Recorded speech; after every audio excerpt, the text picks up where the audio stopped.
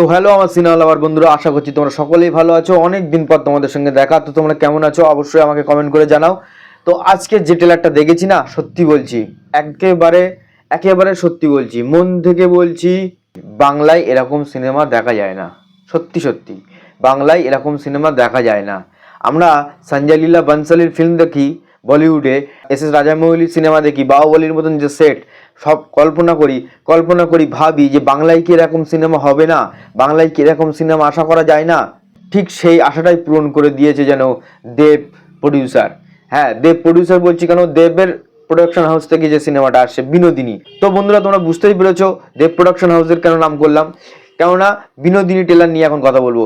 রুক্মিণীর যে সিনেমাটি আসছে বিনোদিনী, সেই মুভি টেলার নিয়ে আলোচনা করবো। টেলারটা ড্রপ করেছে কয়েক ঘন্টা আগে।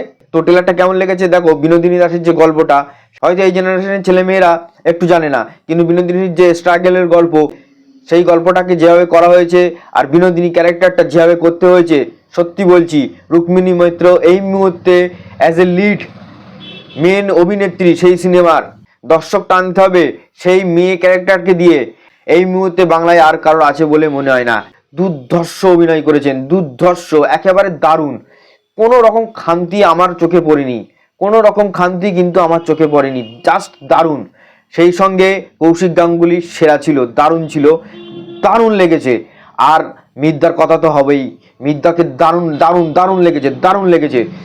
সত্যি বলছি, তার যে গলার ভয়েস, সানডে সাসপেন্স আমাদের খুবই প্রিয়, এবং মিদ্যা এখন গপ মিনিট ঠেক, হাজার হাজার নয় লাখ লাখ শ্রোতা তার গলার ভয়েস শোনার জন্য অপেক্ষা করে। তো তার গলার ভয়েস দিয়ে এবং অভিনয় দিয়ে যা করেছে না, দারুণ লেগেছে, দারুণ।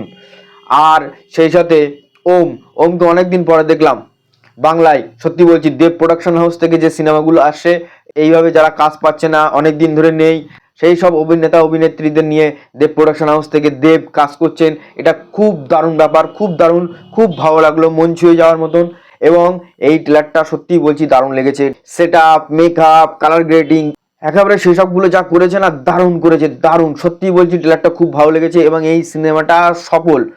এবং এই সিনেমার মধ্যে কিন্তু ভালো রকম খরচ করেছেন দেব প্রোডাকশন হাউস থেকে, ভালো রকম খরচ করেছেন। এবং এই সিনেমাটা হিট হবেই। বছরে হয়তো অনেক সিনেমা আসবে, তার মধ্যে হয়তো কিছু সিনেমা হিটও হবে, কিন্তু এই সিনেমা কিন্তু একটা দারুণ হিট করবে, দারুণভাবে হিট করবে। এই সিনেমার কিন্তু প্রশংসা দারুণ হবে। রুক্মিণী অভিনয় করেছেন সেরা, সেরা অভিনয় করেছেন, দারুণ লেগেছে দেখতে। তো যারা ট্রেলারটা দেখোনি অবশ্যই গিয়ে দেখো, এবং যারা ট্রেলারটা দেখেছো দেখে বলো আমাকে কেমন লেগেছে কমেন্ট করে, কার অভিনয় সব থেকে ভালো লেগেছে। তো ট্রেলারটা দেখে আমাকে জানাও। তো দেখা হচ্ছে নেক্সট ভিডিও, সবাই ভালো থেকো, বাই বাই।